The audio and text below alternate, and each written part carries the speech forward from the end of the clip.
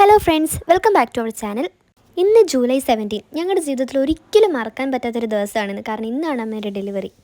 ഇന്ന് സ്കൂളില്ലായിരുന്നെങ്കിൽ ഞങ്ങൾ നേരത്തെ എഴുന്നേറ്റ് കുളിച്ച് അമ്മേനെ കാണാൻ വേണ്ടി പോകാനിറങ്ങുക. ഞങ്ങൾ അവിടെ ചെന്നപ്പോൾ അമ്മ ഹെഡ്സെറ്റിൽ കുർബാന കൂടുമായിരുന്നു. കയ്യിൽ ഗ്ലൂക്കോസൊക്കെ വെച്ചിട്ടുണ്ടായിരുന്നു.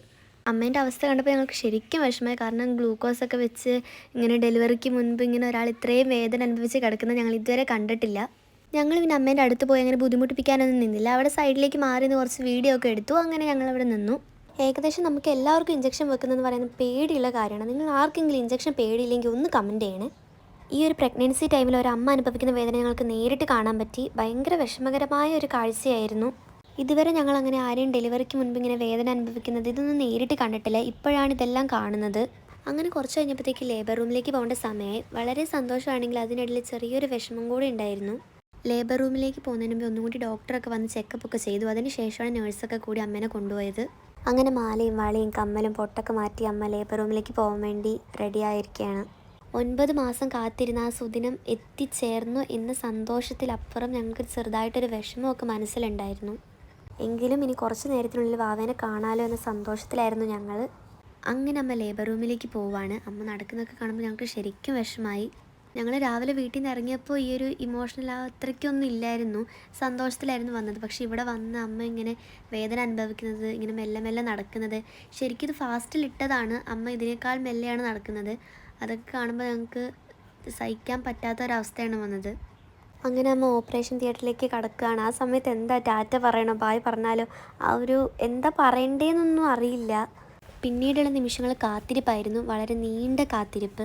ഒരമ്മ അനുഭവിക്കുന്ന വേദന എത്ര പറഞ്ഞാലും അത് വെളിപ്പെടുത്താൻ പറ്റാത്ത അത്രയാണ്.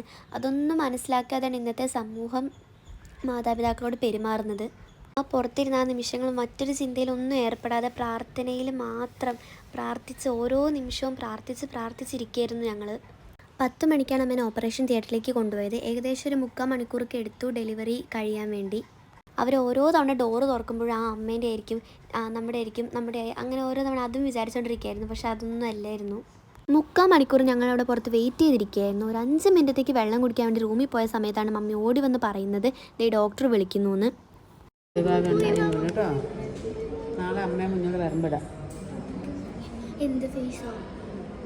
അങ്ങനെ ഞങ്ങളുടെ എല്ലാവരുടെ ആഗ്രഹം പോലെ ഒരു ആൺകുട്ടി ഉണ്ടായി. ഡോക്ടർ വന്നിട്ട് ആൺകുട്ടിയാണെന്ന് പറഞ്ഞ ആ ഒരു നിമിഷം ഞങ്ങൾക്ക് ഒരിക്കലും മറക്കാൻ പറ്റാത്തൊരു നിമിഷമാണത്. ആദ്യം തന്നെ ഞങ്ങൾ ദൈവത്തോട് നന്ദി പറയുകയാണ് ചെയ്തത്. ആദ്യം തന്നെ അപ്പ പോയി കുഞ്ഞിനെ കണ്ടു. പിന്നെ ഞങ്ങൾ രണ്ടുപേരും പോയി. പിന്നെ പപ്പയും മമ്മിയൊക്കെ പോയി. അപ്പോഴാണ് ഡോക്ടർ ഞങ്ങൾക്ക് ഈ മിഠായി എല്ലാവർക്കും കൊടുത്തോന്ന് പറഞ്ഞിട്ടൊരു ബോക്സ് തന്നു. അപ്പോൾ അതിലുള്ള മിഠായി ഞങ്ങൾ എല്ലാവർക്കും കൊടുത്തു.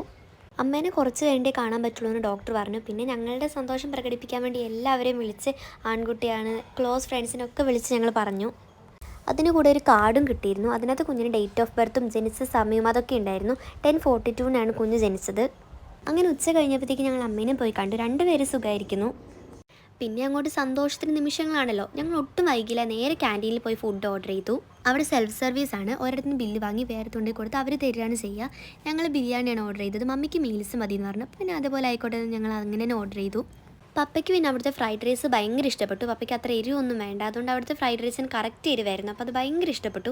ഞങ്ങൾക്ക് പിന്നെ അവിടുത്തെ ബിരിയാണിയും ന്യൂഡിൽസുമാണ് ഏറ്റവും ഇഷ്ടം. അതിൻ്റെ കൂടെ ഞങ്ങൾ ഐസ്ക്രീമും വാങ്ങിച്ചിരുന്നു. എനിക്ക് എവിടെ പോയാലും വാനിലയാണ് ഇഷ്ടം. അതുകൊണ്ട് അത് തന്നെയാണ് വാങ്ങിച്ചത്. റോസ് ആണെങ്കിൽ വാനിലയും ചോക്ലേറ്റും കൂടെ മിക്സ് ആയൊരു ഫ്ലേവറാണ് വാങ്ങിച്ചത്. അപ്പോൾ ബാക്കി എല്ലാവരും അത് തന്നെ വാങ്ങിച്ചു. അപ്പോൾ ഇത്രയുള്ള സെക്കൻഡ്. അതിനുശേഷം ഞങ്ങൾ നെക്സ്റ്റ് ഡേ വരുന്നതാണ് അടുത്തത്. അടുത്ത ദിവസം ഒരു 11 മണി ആയപ്പോഴത്തേക്ക് അമ്മേനെ റൂമിലേക്ക് ഷിഫ്റ്റ് ചെയ്തു. ഞങ്ങളുടെ കസിൻസും ഉണ്ടായിരുന്നു അവിടെ. അപ്പം മമ്മി കുഞ്ഞിനെ ഉറക്കിക്കൊണ്ടിരിക്കുകയായിരുന്നു. ഡെലിവറിക്ക് ശേഷമാണ് അമ്മ ഏറ്റവും അധികം വേദനെടുത്തത്. അമ്മ നടക്കുന്നതൊക്കെ കാണുമ്പോൾ ഞങ്ങൾക്ക് സഹിക്കാൻ പറ്റുന്നില്ല. അതൊന്നും അങ്ങനെ വീഡിയോ എടുക്കാനൊന്നും ഞങ്ങൾ നിന്നില്ല.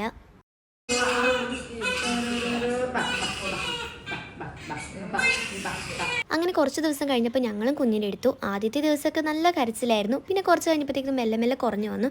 വീട്ടിലെത്തിയപ്പോൾ അങ്ങനെ അധികമൊന്നും കരയാറൊന്നുമില്ല, ഇടയ്ക്കിടയ്ക്കേ കരയാറുള്ളൂ. അപ്പോൾ ഇത്രയുള്ള അമ്മേൻ്റെ ഡെലിവറി വീഡിയോ. എല്ലാവരും ചാനൽ സബ്സ്ക്രൈബ് ചെയ്യാൻ മറക്കരുത്. Bye bye.